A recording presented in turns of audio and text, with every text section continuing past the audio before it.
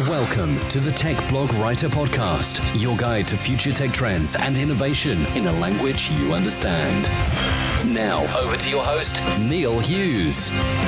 Welcome back to the Tech Blog Writer Podcast. Today, I want to talk about how the world's biggest global brands, such as Nike, McDonald's, Microsoft, P&G, Samsung, and more than 50% of the Fortune 50, and 9 out of 10 of the world's most valuable brands, are all working with a company called Sprinklr, which is the first unified customer experience management platform for the enterprise. And they help the world's largest brands reach, engage, and listen to their customers on Facebook, Twitter, and over 23 other social channels, all for the purpose of marketing, advertising, research, and care. And Sprinklr does all of that on one unified platform, which integrates with legacy systems and allows siloed teams to collaborate and deliver a seamless experience to every single one of their customers across any channel and at scale.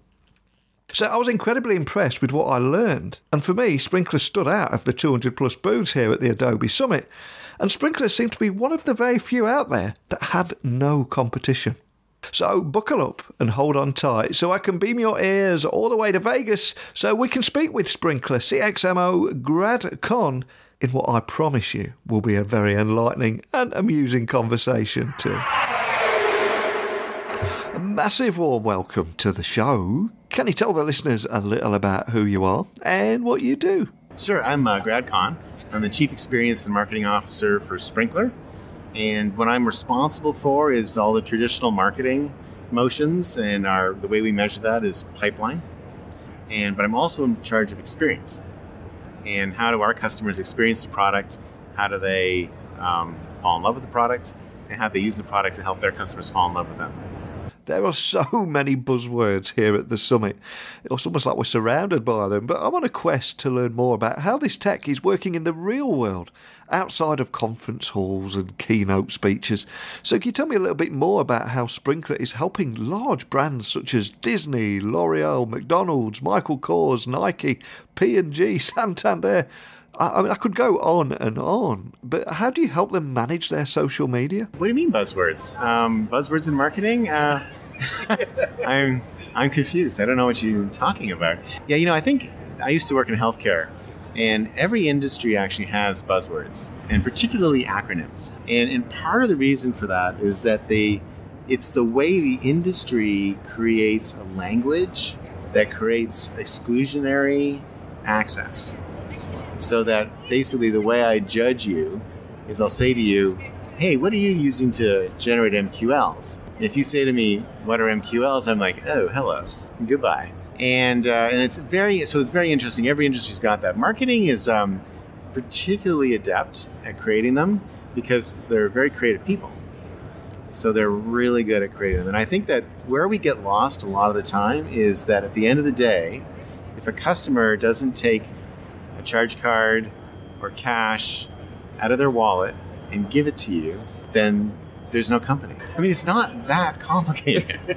and it is funny how people get all sort of like confused on, what is the role of the customer and should they be customer centric? And CXM is this new acronym that's now come out, Customer Experience Management. But at the end of the day, someone has to decide to give you money for the thing that you're selling. And so how do you do that? And I think the really simple way is that you want them to feel that by giving you money, they'll be happier.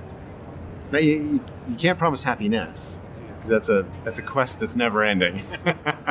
Just, you kids out there, trust me, don't try to chase happiness. But happier is doable. You can be happier. And so how do you create happier customers? I think that's a core issue. Now, let's assume that it's 1850 right now. You and I are running a shop. Okay? Would we be flipping around words like CXM and MQLs, and would we be talking about marketing automation? No, but we would be thinking about how do we make our customers happier. We would be worried about that, right?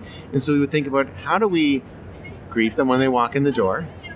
How do we get to know them really well? That was always the big secret that shopkeepers had, is that over time they would know their customers And that customer would walk in the store and I know exactly why you were there. I knew what you wanted. I knew what you bought last week. I knew what you're thinking of buying because we were talking about it. We would have a conversation together. This idea of really getting to know somebody, that's something that we've lost a lot as companies. And then once I know you, then I'm like, okay, how do I tell you that I've got something that meets those needs that make you happier? And then how do I communicate that to you? And then how do I give that to you so you give me money? Like that's how we would run a shop, right? And I think for a large company today, they need to have a shopkeeper's mentality. Which in the first step of that is you need to understand what your customers are talking about, what they're saying about you, what they're saying about their lives, what they're saying about products in your area. Like they need to know all that. Now, until very recently, it was hard to know those things at scale. And so, quite frankly, we sort of gave up as an industry. So if you think about the history of the 20th century, it's a broadcast century, where we basically stood on soapboxes and just yelled at our customers, right? And we'll just repeat the same thing over and over again until they get it. And if they don't, well, then we'll just keep telling them over and over again. It was a horrible time when you think about it. But now we actually have the ability to listen to what people are saying about the things they need and their likes and desires and dislikes, and then act on that and solve those things and create a happier person as a result. We live in a very amazing time. And I think if you can just boil it down to happier customers and boil it down to knowing and then being able to engage and respond to it, it isn't that complicated. There's a real vibe around privacy, trust and transparency here at the Adobe Summit this year. So can you tell me a little bit more about how Sprinklr helps large brands manage their customer social data in a secure way? And also, of course, how you're helping brands reduce risk in their own social media management practices. Right, so privacy has always been a first-party citizen at Sprinklr. So Sprinklr was born 10 years ago. It's a 10-year-old company now. And there was one simple idea in the founding of it that's been pretty critical to our success, which is that we only work with large enterprise brands.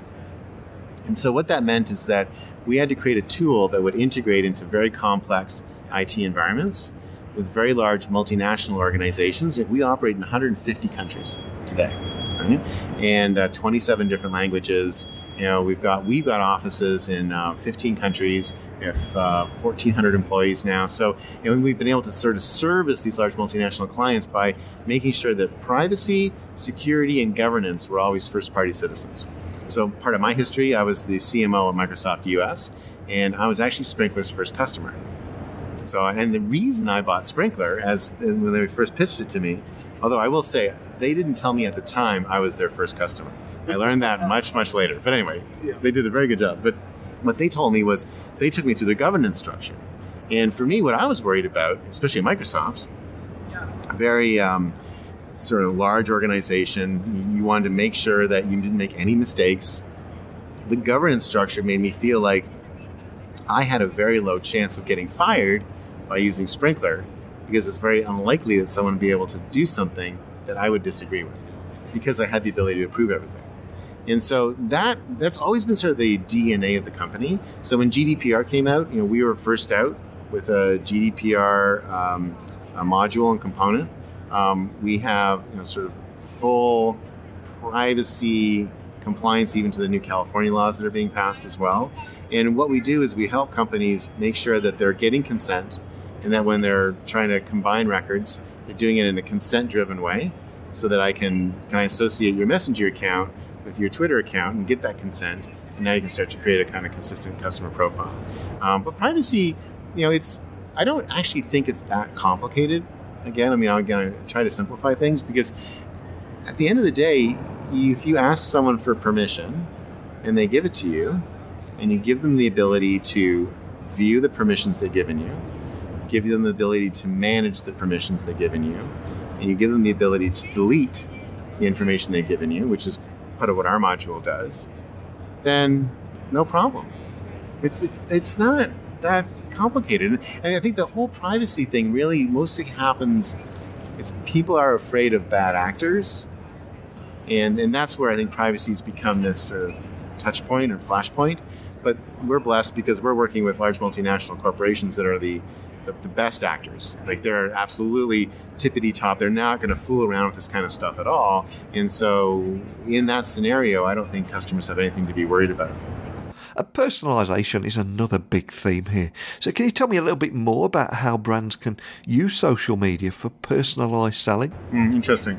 Yeah, so personalisation, it's one of those things that's emerging as the sort of modern customer emerges. So if you think about what's happened over the last decade or so, and it's really the combination of the social platforms and smartphones. And it's the social platforms have been around for a little bit, but it's really the smartphone that blew it wide open. And the ability to take a picture and immediately post it to all your friends instantaneously, that sort of created this very different viral sort of quality to it. And what's happened is that customers in that sort of constantly networked state have become sort of like they compare everything, they compare every price. They want things immediately, they don't want to wait. They're not willing to be like on your schedule, they're on their schedule. They're not going to sit on hold on a customer call. You got to get to them where they are. And importantly, they expect things to be personalized to them because they know that you have enough information about them to do that correctly. And it's a little bit of it's like any sort of two-way relationship. A customer gives you loyalty, gives you their money. They might talk about you in glowing terms. They might put up posts. They're a loyal customer, right? If you don't return that love, it just feels like a weird one-way relationship. We were talking to one prospect recently of a fashion company, and really big, huge, very successful fashion company. And we showed them like hundreds and hundreds of posts, of which there were many, many more, but just show them a few hundred, of people basically raving about this company, raving about it, unbidden. Like no one told them to. No one paid them to, nothing. They're just, I love this company. And the company had not responded to any single one of those. There's absolutely no response whatsoever. And so for us, we think the minimum standard is that anybody who engages with you, either with your handle, like your @ mention or a hashtag, or just talks about you, which is more happening all the time. You have to listening that goes beyond just the owned properties, so all the earned listening. You want to be part of those conversations. And it magnifies so much when you connect with them at that level. The second thing is that once you do know what they want, you can start to respond to them in very highly personal ways. So when I was at Microsoft, one of the things that we did is we created ads that were ads for the person. And so someone would say something like, I miss my Xbox. Okay? And so in one case, actually, it was the lead singer from 5 Seconds of Summer, which is a big band from Australia. And he said, I miss my Xbox, they're on tour. And so we wrote back, we had the title of one of their albums and some lyrics, and we had the handle of the person, and we sent it back to them and said, we miss you too. And they were like, whoa, Xbox was listening, because they didn't do hashtag Xbox. They didn't do @Xbox, they just said, I miss my Xbox. They said, Xbox was listening to me, that's crazy and awesome. And they retweeted it, and 65 million people saw that. And so people talk a lot about this sort of the loss of organic, but you can still get a lot of organic expansion. If you're creative and people retweet your organic posts, you can actually get a tremendous amount of amplification. So we've got multiple examples of 10 million, 15 million, 9 million, millions and millions of viewers and views because we've done something clever. Or not. I mean, sometimes it's just somebody. But when you do that, they are so taken by the fact that you cared enough to do an ad just for them, with a posterized version of their face or their cat or whatever thing they were talking about, and something that related to the conversation that they tell their friends and they tell their friends. And I think brands are a little oddly hesitant to do more of this, and I have seen it work so powerfully that I wish everyone did it, because personalization in the social sphere is extremely easy, because it's very easy to understand what it means to be personal to someone. For example, if you were to spend 5 minutes on my Facebook feed, you would know what to buy me for Christmas for the rest of my life. You would never be confused as to what Grad wants. But if you were to look at my purchases at, say, a department store, you wouldn't really know what to buy me the last thing I bought was a masher. Did he buy a potato masher because he's a cook? Or did he buy a potato masher because they lost a potato masher? Which is the actual right answer. Or did he buy a potato masher because he was doing a school play and they needed you have no idea what's going on there because that transactional data is not very rich. But the experience data that comes from social is extremely rich. If you look at my social data, you'd say Grad is not a cook. And if anything, he probably bought the potato masher to blast it into space because he's super into rockets. But that's how you get to know that. And so that to me is where, and I think the only thing that I sort of maybe push against these days is the word social. That's where we were born, and social is obviously still a huge area for us. But messaging has become massive too. Chat has become massive. And we also pull in 350 million websites and forums and review sites, which there's a lot of conversations going on there, like Reddit. It's a really important place where conversations happen. So really as a brand, it's not just social. You have to think modern channels, right? So if you think about the channels that were invented in the 20th century, it goes all the way up to web and email. Those are traditional channels. And everything that's invented in the 21st century, which is chat, social, messaging, will be voice. Right? You go Cortana and Alexa and stuff like that, and chat and all that kind of thing. Those are the modern channels, much more information rich because they're unstructured. So the old channels are structured, the new channels are unstructured. And I think one of the reasons why companies maybe veer away from it a bit is that unstructured data is a little hard to turn into structured data, which is part of the secret sauce of Sprinklr is that we have a massive AI investment that does just that. Turns unstructured data into structured data that you can take action on. And that is, once you have that, then you can kind of combine that experience data and the operational data. You've really got something. So why do you think the way brands manage customer care on social media is becoming increasingly important and directly impacting the way customers feel about a brand? Right. The channels that brands use to manage customer care are more a reflection of the channels that customers prefer to use to be managed on. And so I talked a little bit about the modern customer a few minutes ago. And so if you think about the modern customer is also migrated to new types of channels in primarily asynchronous communication. And the reason they've migrated to asynchronous communication is they're usually managing multiple communication streams at the same time. And so synchronous communication, which would be, say, the telephone, feels like I'm wasting time because I'm stuck on the phone and I'm not able to manage multiple conversations.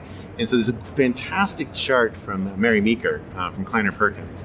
Mary Meeker's an analyst who's been doing an internet trends report since the late 90s, and she's my one mandatory read every year for my team. She produces like a 365-page deck every April, and it's extraordinary. And there's all sorts of, it's coming up soon actually. Yeah, it's and all sorts of great insights on what's happening in terms of the growth of the internet, smartphones, and consumer habits. And there's one fantastic slide from I think 2017 where she mapped 4 different generations against preferred business channel communications. So it wasn't just preferred communications, it was like how I want to interact with the business. It goes directly to customer care. And so she had the greatest generation, which is people who fought World War II, older, the baby boomers, Generation X, and then Generation Y, sometimes known as millennials. And what you saw is that preferred mode of communication for the greatest generation was like 92% telephone. Now, not surprising, right? But that number kind of marched down pretty significantly, and by the time you got to the millennials, it was at 7%. And what they did prefer is they preferred chat and social. And those were like 25 and 23% each. And then one other asynchronous thing like email. And so basically you see this kind of migration of preferred channel communication as each generation gets younger. And so, I would say that, you have to maintain the traditional channels. So nobody's saying get rid of the traditional channels. They're those baby boomers and those, greatest generation, they're still like legit customers who are spending money. But you can't just stay there. You have to move to the channels that the newer generations are interacting on. And think about it, people kind of joke about millennials, but the first millennials were born in the early 80s, 81. So that whole thing started. they're in their mid-30s. Heading towards middle age? Well, slow down. Don't freak them out. Don't freak them out. Let them find that. Let them find that on their own. Yeah, just let's save that pleasure without. Don't give them a heads up.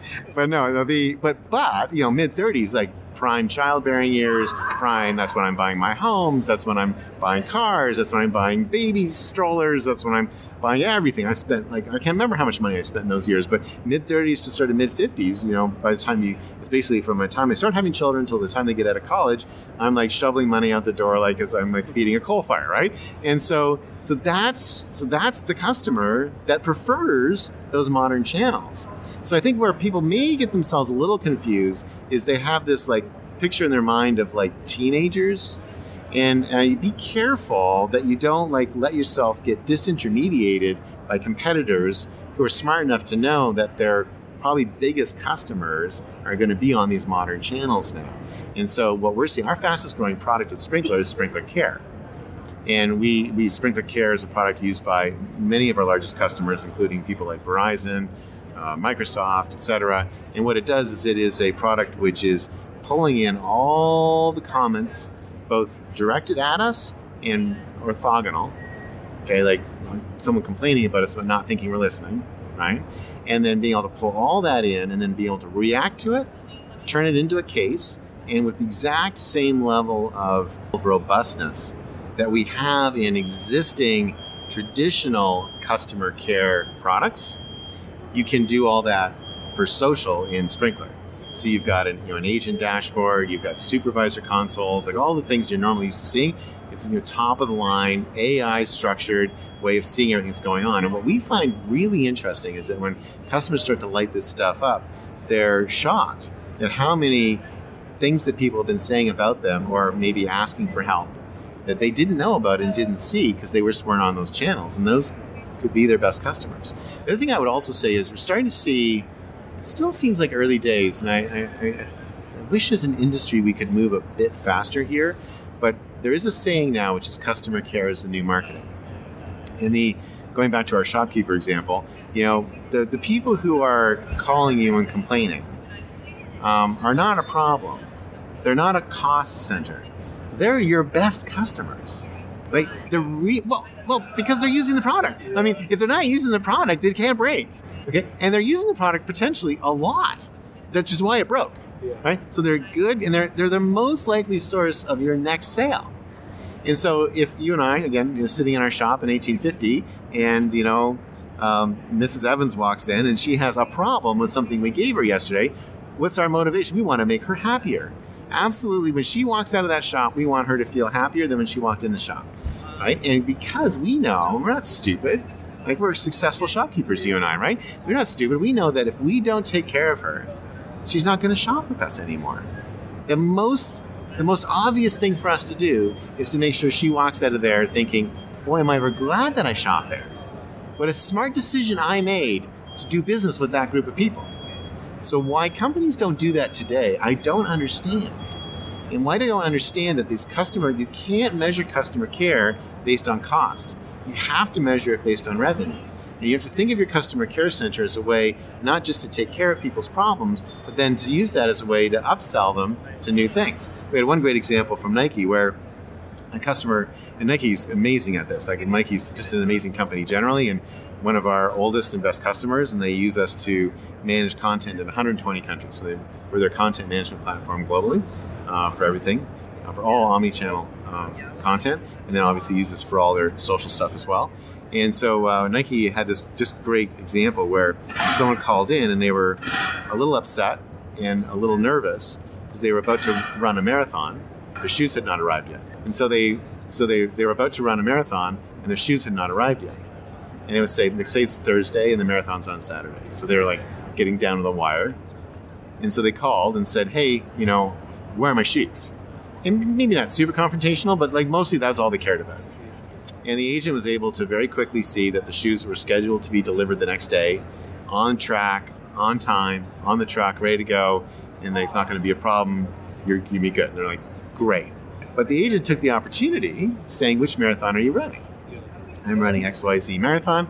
It's okay, great. Well, did you know that the temperature is expected to be 40 degrees. That'd be Fahrenheit. Whatever that, I don't know if that would be in Celsius, but they're reasonably cold, right? And so 40 degrees Fahrenheit. And the runner said, I didn't know that. Hadn't prepared for colder weather. And so the agent was able to say, well, I have a whole group of people who are running that same marathon. I can see them on my screen here. And, if you're interested, and if you're not, it's okay. But if you're interested, I can tell you what gear they're buying to be prepared for the weather. If you want. I mean, I'm not... And the runner's like, yeah, what are people buying? Okay, well, and the agent went through the articles, well, $500 later, okay, that person had bought a bunch of new gear, okay, and did that customer leave feeling like they've been tricked? No, they left very happy. They're like, wow, that was a close one. I might have frozen my boot chuckleys off in that run, and in my new runners, but I would have been, wearing like a pair of shorts and a t-shirt. I would have been really cold. It would have been very uncomfortable. And so they were able to get them. That's for me an example of where customer care and marketing, they join forces. And the challenge we have in large organizations is that the customer care and marketing orgs are separate organizations with separate senior leaders, and they've got to figure out how to combine those orgs to get them working in a single integrated motion. So what is it that makes Sprinklr unique and stand out from the crowd here at the Summit? I mean, if we look around, there's 200 plus booths at the expo side of things. So what is it that makes you guys stand out? Well, it's kind of funny. So I don't know if you saw our booth, but it's outrageously cheap. It's essentially 2 pull-up signs and a couple of tables. Okay, we spent no money on it, and yet we have had hundreds of amazing conversations. So we're in this sort of interesting zone now where we don't need to come in with a circus to get people to listen to us, because, and I don't mean this to sound the way it might come off. So I'm gonna kind of quickly sort of tell you what I mean by this, but we don't, technically speaking, have a competitor. And so when someone looks at Sprinklr, they're like, well, what are you like versus XY this or ABC or DEF? And we're like, those are all components of Sprinklr. So our actual competitor is the point solution stack that companies have assembled to manage the modern channels. Okay. So if you look at the traditional channels, go back to their web email, they're pretty good. I mean, Exact Target's solid application, Adobe Experience Manager, how can you get anything better than that? It's an amazing piece of technology. Voice systems, IVR systems, they're done. They're good, right? All that stuff's well put together. What's happened in the 21st century is all these new channels have been coming up, and they've been kind of coming up a little quickly in the windscreen, right? So, when you're driving in a rainstorm and, the rabbit's only 2 feet in front of you, it's like all this stuff's just been appearing in the windscreen really quick. And so we've been kind of going out as an industry and buying individual tools to manage all these individual things as they happen. Now, this will sound, think way back 6-7 years ago, we were actually buying technology to manage individual channels for a while, right? There's TwitPic, and there were specific things for just Twitter, and we had those have kind of gone away. So at least we're now multi-channel, but there's still a lot of individual functions. So there's tools that are listening tools. There are tools that are publishing tools. There are tools that are content management tools. There are tools that are research tools. There are tools, they've got all these different separate tools. And what we felt at Sprinklr from day one is we felt that ultimately you would want to manage all of this from beginning to end on a single unified platform. And if I hear something, I want to be able to react to it. I want to be able to manage it. I want to be able to research it. I want to be able to publish an answer. I want to be able to do engagement. I want to be able to report on it, all in one single place, which is exactly how email works. And if you think about the way people have built their modern channel stacks, it would almost be the analogy. It would be, imagine if your email system was 5 separate solutions, right? You have an email getting app, right? That would get the emails. Okay? They would have an API to your email reading app. Okay, and you have a special app just for reading the emails. Okay, then you have an API, another API. Okay, and those never break. You have another API to your email writing app. So you have then you have another API to your DNC checker app, right? And then you have an API to your email sending app. So how well would that system work? like it would be total rubbish, right? It would never work. It would always be broken flows, things would be going down, the APIs would be breaking. Like, and of course, that's not how email's built. It's a single integrated platform. Okay? That's how social should work too. That's how messaging should work. That's how chat should work. They should all be in a single integrated platform. And it just so happens that we're the only company that built one. And so when we're hired by a company to come in and either what we go in is we typically go in and we replace multiple point solutions that they have, up to 17 in some cases. And in every case, even if it's just 3 or 4, the cost of Sprinklr is less than what they're currently paying for the point solutions they have, cash out the door for the license, and then there are other obvious cost benefits and experience benefits. So there's a total cost of ownership because you don't have all those integrations to manage anymore. There's a total cost of ownership in terms of managing all the RFPs for all those different little pieces. There's a total cost of ownership of just simply managing, paying the invoices, and just all the management and process costs that goes into having lots of different suppliers. Then there's employee productivity.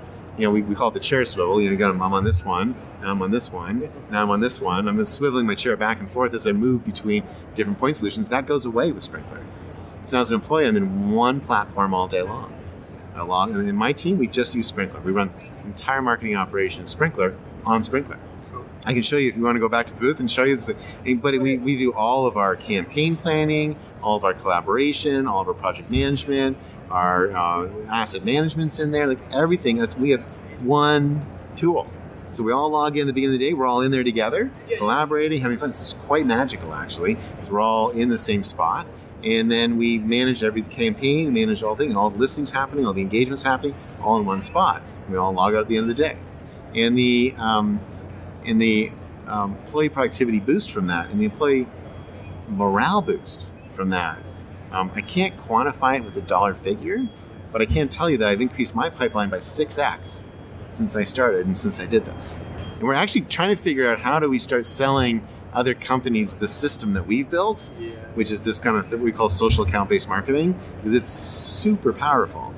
And there's some debate in the company right now, which is, on one hand, we should tell people about it. On the other hand, we shouldn't tell people about it because it's a really amazing secret weapon. And then the second thing is customer experience. So when a customer is in a variety of different application experiences, they're having a series of disconnected experiences with the company. And you get that thing where I feel like I'm repeating myself all the time to the same people about stuff they should know already because I already told them. And that broken flow experience is really detrimental to customer experience and makes customers feel like no one cares about making them happier.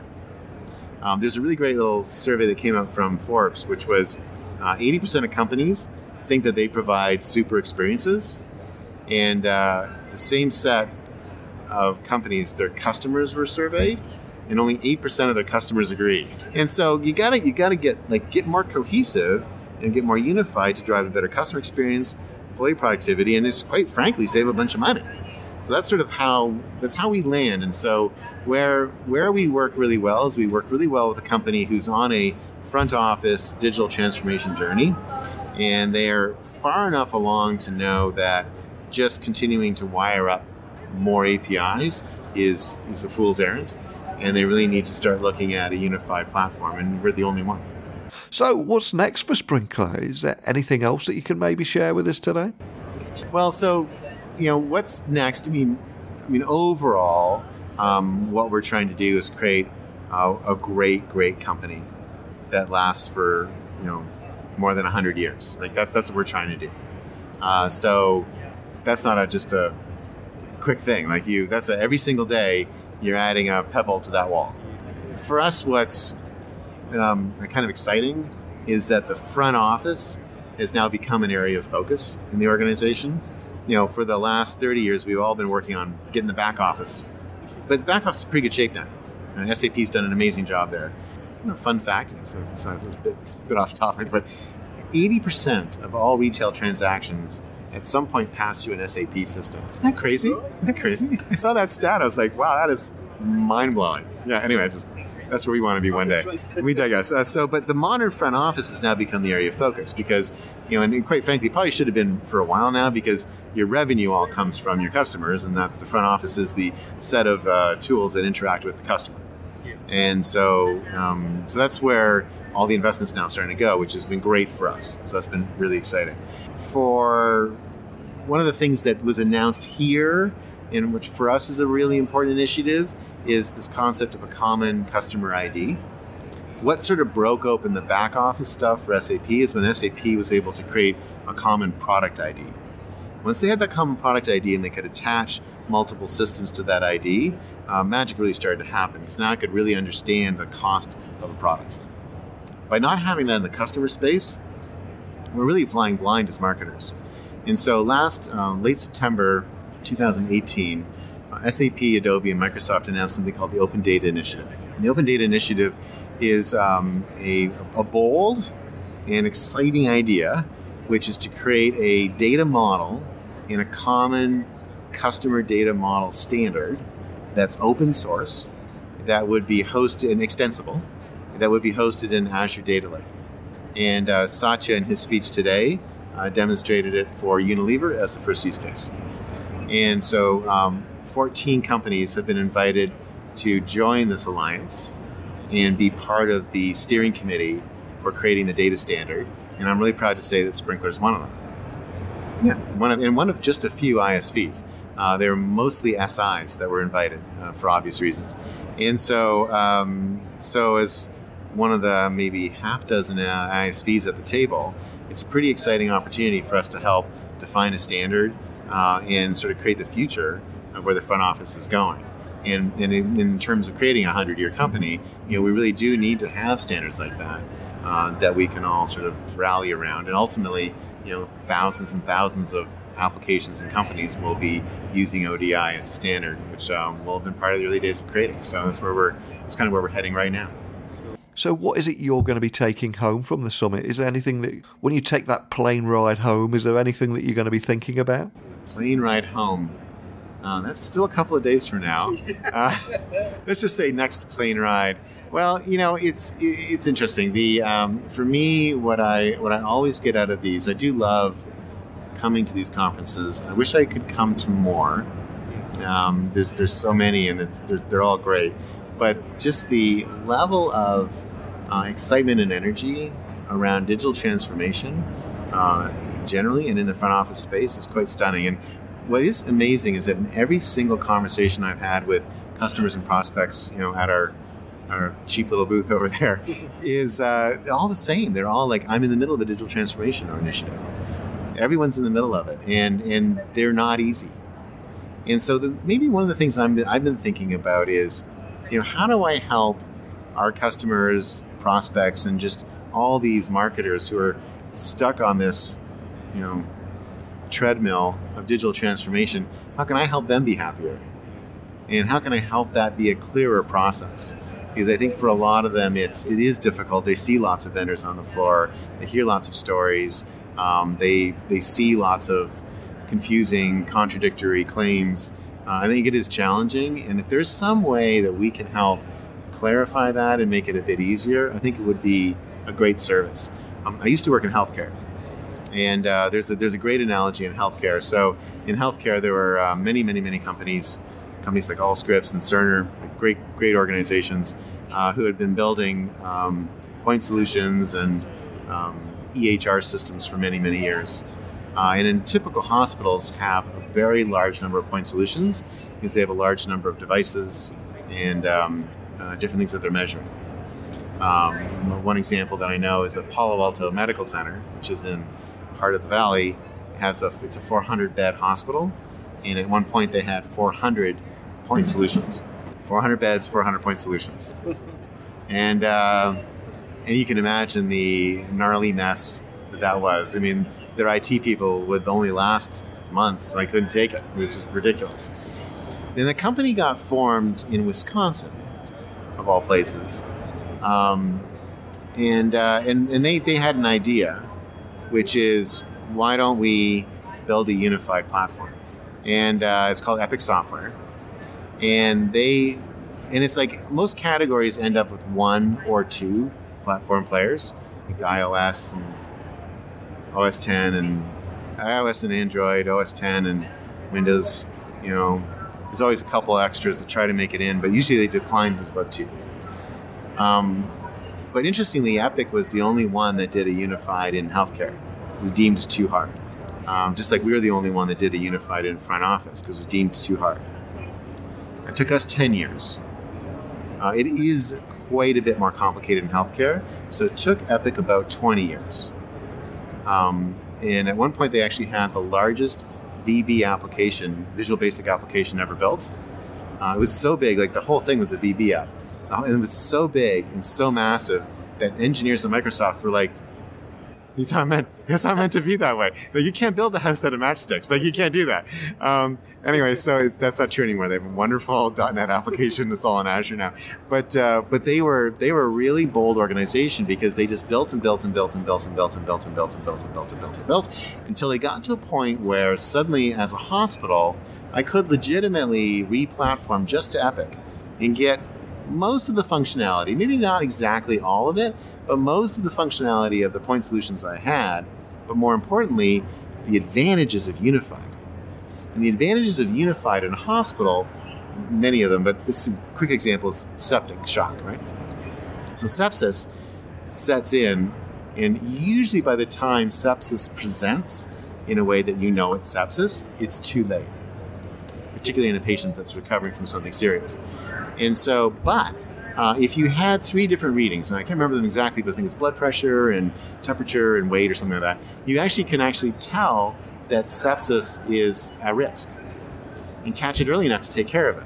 The problem is that in most hospitals, or at the time, those 3 readings came in 3 different systems, 3 different point solutions. There's no way to see them together. But if you had Epic, you would see it together, and they had a sepsis detector. They weren't. And so as outcomes have become really important to hospitals, Epic has become really important to hospitals. And so today, Epic is 60% of the healthcare market.